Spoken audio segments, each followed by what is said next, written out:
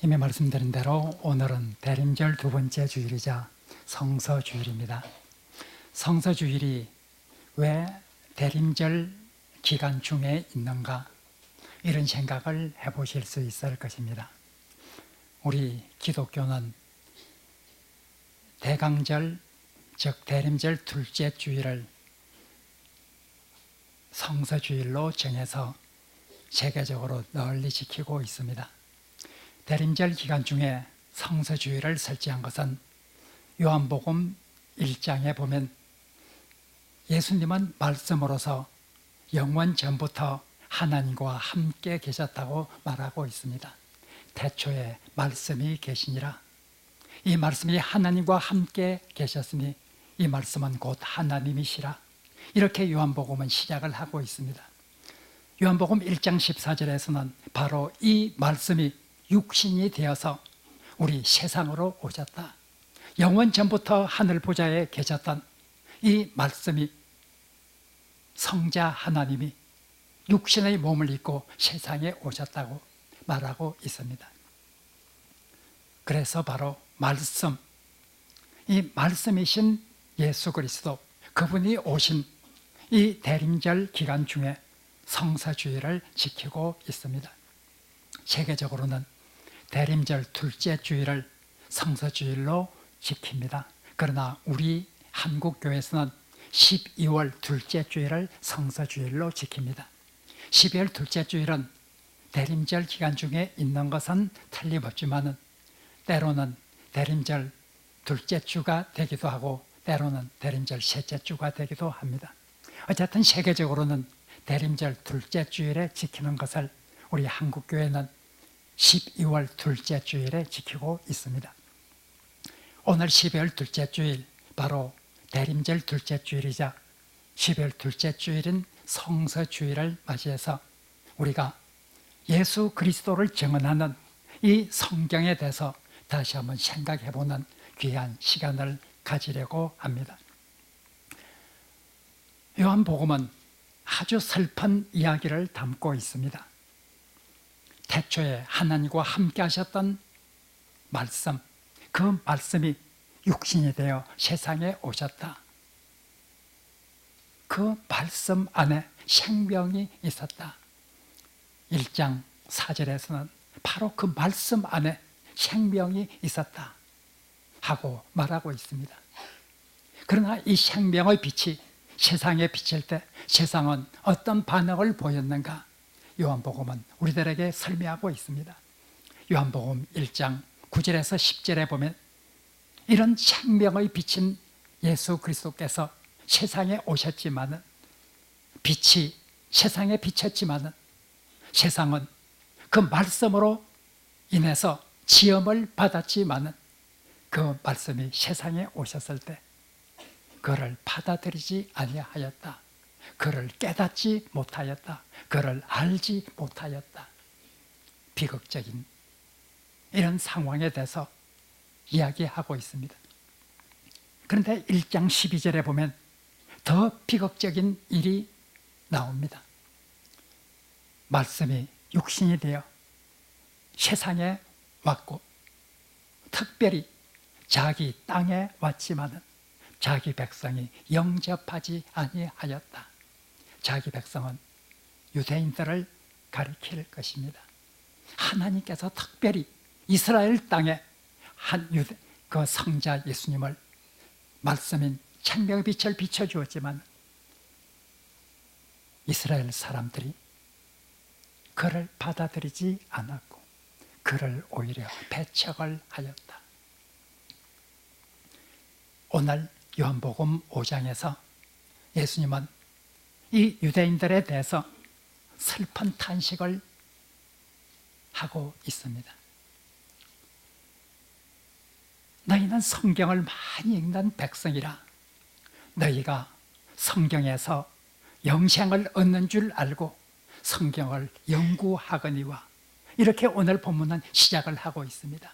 너희가 생명을 얻기 위해서, 영생을 얻기 위해서 너희들은 이 성경을 연구하고 있다. 그러나 이 성경이 증언하는 내가 세상에 왔지만 너희들은 나를 받아들이지 않고 있다. 성경을 읽기는 많이 읽는데 성경이 증언하는 하나님의 아들 메시아를 받아들이지 않고 있다고 하면 이것이 얼마나 슬픈 일인가. 예수님께서 말씀하고 있습니다. 유대인들은 성경을 아주 존중했습니다. 성경을 많이 읽었습니다. 성경을 많이 가르쳤습니다. 유대인들은 하나님께서 말씀하신 대로 마음에 새기기 위해서 성경을 암송하기도 열심히 하였습니다. 자녀들에게 부지런히 가르쳤습니다. 유대인 부모는 자기 자식이 율법을 통해서 성숙해지기 전에 이 세상에서 죽는다고 하는 것을 부모로서의 의무를 다하지 못한 것으로 생각을 하였습니다. 내 자식이 하나님의 말씀을 잘 알고 배워서 굳건히 서 있은 후에 죽어야 한다고 생각을 하였습니다. 그 전에 죽는다고 하면 부모로서의 의무를 다하지 못했다고 하는 이런 자책감을 가지면서 죽어갔습니다. 그만큼 유대민족은 성경을 존중하는 민족이었습니다. 그들은 성경을 자기 몸에 붙여가지고 다녔습니다. 유대인들은 조그마한 상자, 테필린이라고 하는 조그만 상자를 만들어서 그 상자 속에 성경 말씀을 넣습니다. 그리고 끈을 달아서 이마에 두르기도 하였습니다. 팔에 두르기도 하였습니다. 이렇게 유대인들은 하나님의 말씀을 내 몸에 부착하고 있다고 하는 이런 생각을 가지고 살아간 민족이었습니다. 유대인들은 성경 말씀을 넣는 함을 만듭니다. 그래서 그 함, 메주자라고 부릅니다. 이 메주자를 자기 집의 문설주에 붙여 놓습니다. 하나님 말씀이 내가 이 문을 통해서 집을 들어가고 나가고 할 때에 하나님의 말씀이 함께 있다고 하는 이런 확신 속에서 그들은 메주자라고 하는 이런 함을 문설주에 달아 놓았습니다. 이것이 유대인들입니다. 성경을 열심히 읽고 성경을 연구하고 성경을 앉을 때나 설 때나 누워 있을 때나 언제든지 말씀을 볼 수 있도록 이렇게 장치를 해놓고 살아갔습니다. 그러나 이 유대인들, 예수님이 오셨을 때 십자가에 못 박아 죽이는 장본인들이 되었습니다. 성경을 그렇게도 많이 읽고 많이 가르치고 배웠던 유대인들을 향해서 예수님께서는 오늘 본문에서 말씀하시고 있습니다. 이 성경이 증언하는 것은 메시아에 대해서 증언을 하는 것이고 메시아로서 하나님께서 보내신 자 그리스도 나를 너희들이 믿지 않고 배척한다고 하면 너희들이 성경을 읽는 것이 어떻게 되겠느냐 하고 말하고 있습니다. 성경을 읽고 가르치고 배우는데 최선을 다한다고 자부했던 유대인들, 이 유대인들을 향해서 오늘 본문은 참으로 예수님께서 슬픈 탄식을 쏟아내고 있습니다. 오늘 본문 40절에 보면 너희 속에는 영생이 없다. 너희들은 성경을 읽고 영생을 얻는다고 생각하지만 막상 너희 속에는 영생이 없다 하고 말하고 있습니다. 성경 자체가 영생을 주는 것은 결코 아니라는 것입니다. 성경 자체가 우리들에게 생명을 주는 책은 결코 아니라는 것입니다. 성경은 영생을 주는 책이 아니라 영생을 얻는 길을 제시하는 예수 그리스도를 증언하는 이런 책이라고 말하고 있습니다. 우리가 성경을 읽는 것은 그 책 자체가 우리에게 영생을 주기 때문에 읽는 것은 결코 아닙니다. 그 책에 영생에 얻는 길이 기록되어 있습니다. 그 책에 메시아인 예수 그리스도에 대해서 증언을 하는 기록이 있습니다. 이 책을 통해서 예수 그리스도를 만나도록 하는 이것이 성경의 목적이었습니다.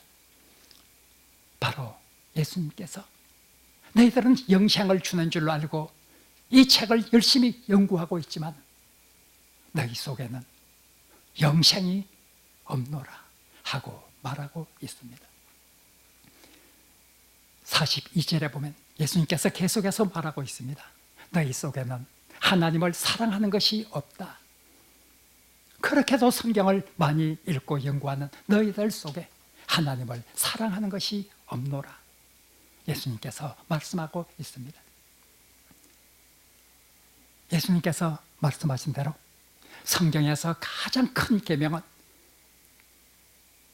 하나님을 사랑하라는 것입니다. 유대인들도 이것을 알았습니다. 유대인들도 신명기 6장 5절 말씀을 모든 성경에서 가장 소중한 말씀으로 그렇게 생각을 하고 주로 테필린 속에는 이 말씀을 담았습니다. 신명기 6장 5절, 우리가 매주 예배 시간에 우리가 기억하는, 되새기는 이 말씀, 우리 교회 앞에도 붙어 있습니다. 나는 마음을 다하고 뜻을 다하고 힘을 다하여 네 하나님 여호와를 사랑하라. 이것이 성경의 근본 정신이라고 하는 것을 그렇게도 잘 알았던 유대인들, 그러나 성경을 그렇게 열심히 읽고 배우면서도 그들 속에는 하나님을 사랑하는 것이 없었습니다. 예수님은 참 슬픈 탄식을 그들을 향해서 말씀하고 있습니다. 성경을 읽고 연구하는 너희들에게 하나님을 사랑하는 것이 없도다 말씀하고 있습니다. 44절에서 계속해서 예수님은 탄식을 합니다. 너희 속에는 서로 영광을 추구하고 사람들로부터 오는 영광은 추구하고 있지만 정작 가장 소중한 영광이 하늘로부터 오는 영광, 하나님께서 주는 그 영광을 추구하는 마음은 너희들에게 없다 하고 말하고 있습니다. 사람들로부터 받는 칭찬, 사람들로부터 받는 영예, 이런 데는 온 힘을 다해서 추구하고 있지만 정작 하나님으로부터 오는 칭찬, 하나님으로부터 오는 영예에 대해서는 관심을 두지 않는 이런 유대인을 향해서 예수님께서 말하고 있습니다. 너희들은 정말 하나님으로부터 오는 칭찬, 하늘이 주는 영예, 여기에 대해서는 관심이 없도다. 성경 말씀은 하나님께 영광을 돌리도록 하고 하나님께서 주신 평가, 하나님의 심판을 가장 중시하라고 말하고 있음에도 불구하고 성경을 그렇게도 읽고 연구하고 가르치는 유대인들의 마음속에는 하나님의 영광을 추구하고 하나님으로부터 오는 영광을 추구하는 이런 마음이 없다고 하는 것은 얼마나 슬픈 현실인지 모릅니다. 예수님은 바로 유대인들을 향해서 말하고 있습니다.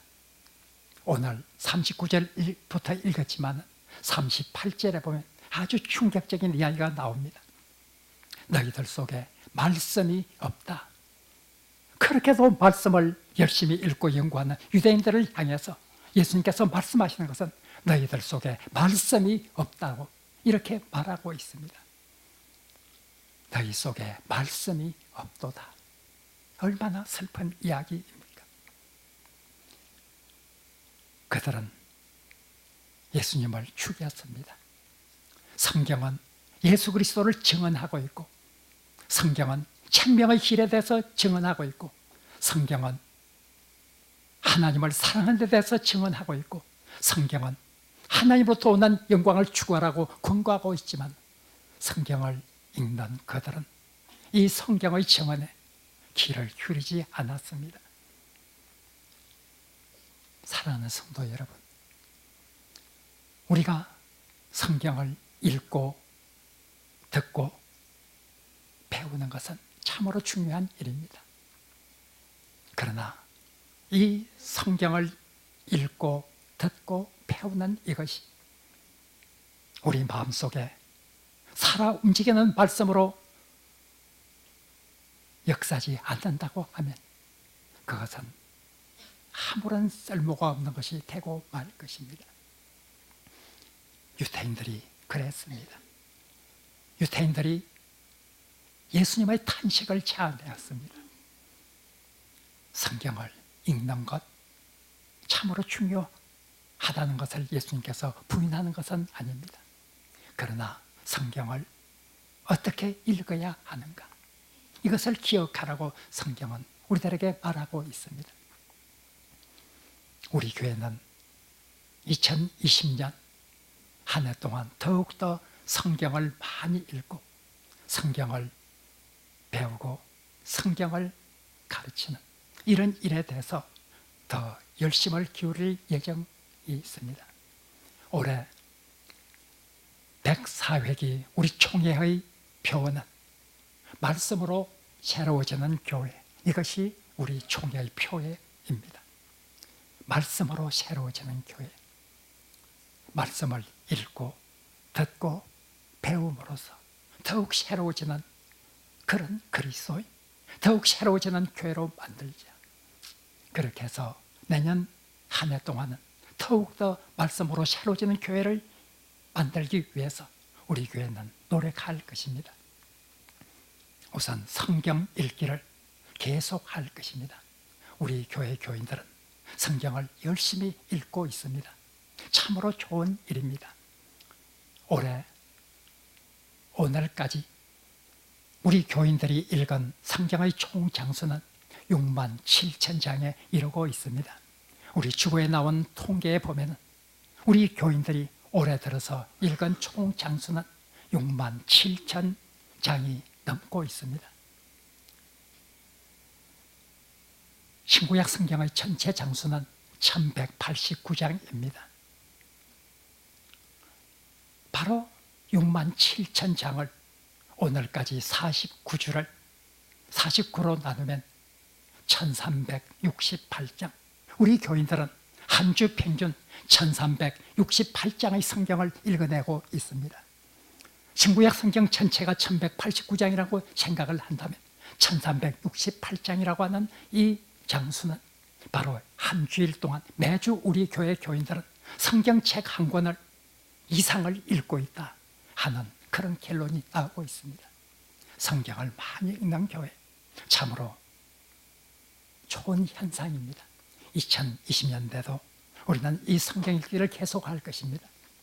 뿐만 아니라 2020년 내내는 성경 필사를 우리 전 교우가 해서 한 권의 필사 성경을 만들어보자, 이런 계획을 세웠습니다.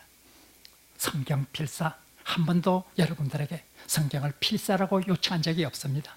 그러나 우리 교인 중에서는 성경 필사가 유익하다는 것을 생각하고 적어도 5분이 성경 필사를, 신구약 성경을 필사하는 것을 완료하였습니다.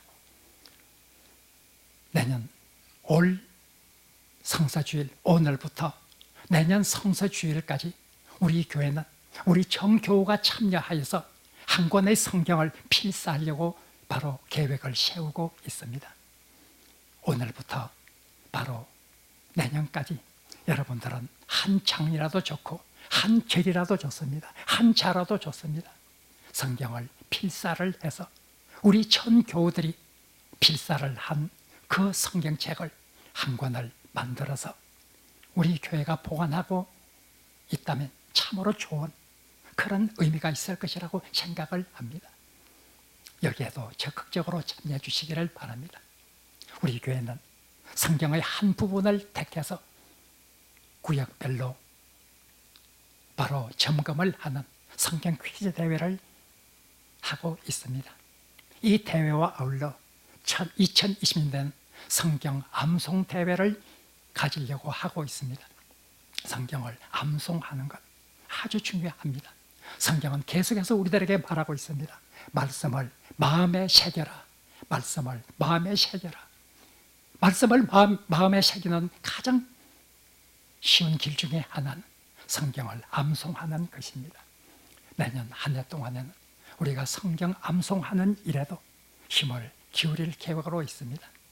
그리고 그동안 몇 년 동안 쉬었던 아가페 성경 연구도 성경에 나오는 신학적인 이런 포인트를 조명하면서 성경을 연구하는 이런 아가페 성경 연구도 내년 봄과 가을 두 번에 걸쳐서 다시 시작하려고 하고 있습니다. 말씀으로 새로워지는 교회. 그래서 우리는 2020년 한 해 동안은 더 열심히 성경을 읽고 듣고 배우도록 하는 이런 시간을 가지게 될 것입니다. 그러나 꼭 우리가 기억해야 될 것이 있습니다. 오늘 예수님께서 하신 말씀입니다. 성경을 읽는 것으로 끝내서는 결코 안 된다고 하는 것을 말하고 있습니다. 성경 그 자체가 우리들에게 영생을 주는 것은 결코 아닙니다. 성경 그 자체가 우리에게 경건을 주는 것은 결코 아닙니다. 성경을 많이 읽는다고 해서 영생을 얻고 성경을 많이 읽는다고 해서 경건해지는 것은 결코 아닙니다. 성경이 우리 마음속에서 살아있도록 해야 합니다. 그 성경이 우리 마음속에서 살아있게 하는 것은 성령의 감동으로 될 수밖에 없는 것입니다. 성령께서 우리와 함께 하셔서 우리가 읽는 성경, 우리가 듣는 말씀, 우리가 배우는 성경이 우리 마음속에서 살아 움직이는 하나님의 말씀이 되게 해달라고 기도하는 마음으로 이렇게 읽고 쓰고 듣고 배워야 합니다. 그렇게 할 때 하나님의 말씀으로 새로워지는 교회가 될 수 있을 것입니다. 우리가 오늘 성서주의를 맞이해서 내년 한 해 동안 그리고 오늘부터 내년 성서주일까지 어떻게 성경을 읽고 어떻게 성경을 듣고 어떻게 성경을 쓰고 어떻게 성경을 배우는가 하는 이 일이 매우 중요합니다. 성경을 읽고 쓰고 배우는 것 못지않게 중요한 것은 어떻게 읽고 어떻게 쓰고 어떻게 듣고 어떻게 배우는가가 중요한 것입니다. 예수님께서 말씀하신 대로 우리 하나님께서 사랑하는 사랑의 빛 교회가 하나님 보시기에 아름다운 교회, 말씀으로 새로워지는 이런 든든한 교회로 서가기 위해서 내년 한 해 동안 더욱더 말씀에 치중하고 말씀을 바르게 읽고 말씀이 정언하는 바를 바르게 믿고 생명을 얻는 그런 하늘나라의 백성들의 모임이 되어서 하나님께 큰 영광 돌리는 이런 교회로 만들어 가도록 우리 모두가 최선을 다하기를 간절히 바랍니다.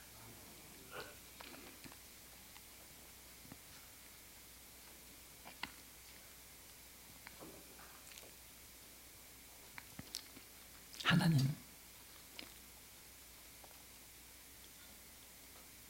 참으로 말씀을 읽을 때 말씀이 증언하는 바 예수 그리스도를 만날 수 있도록 도와주옵소서. 우리가 말씀을 들을 때 성령께서 우리의 귀를 열어주시고 우리의 눈을 열어주셔서 그 말씀을 깨닫게 하시고 진리를 볼 수 있게 하여 주옵소서. 우리 교회가 말씀으로 새롭게 되는 교회가 될 수 있도록 우리를 도와주시고 작은 교회지만은 한국교회에 큰 영향을 미칠 수 있는 귀한 교회 될 수 있도록 우리와 함께하여 주옵소서. 예수님 이름으로 기도합니다. 아멘.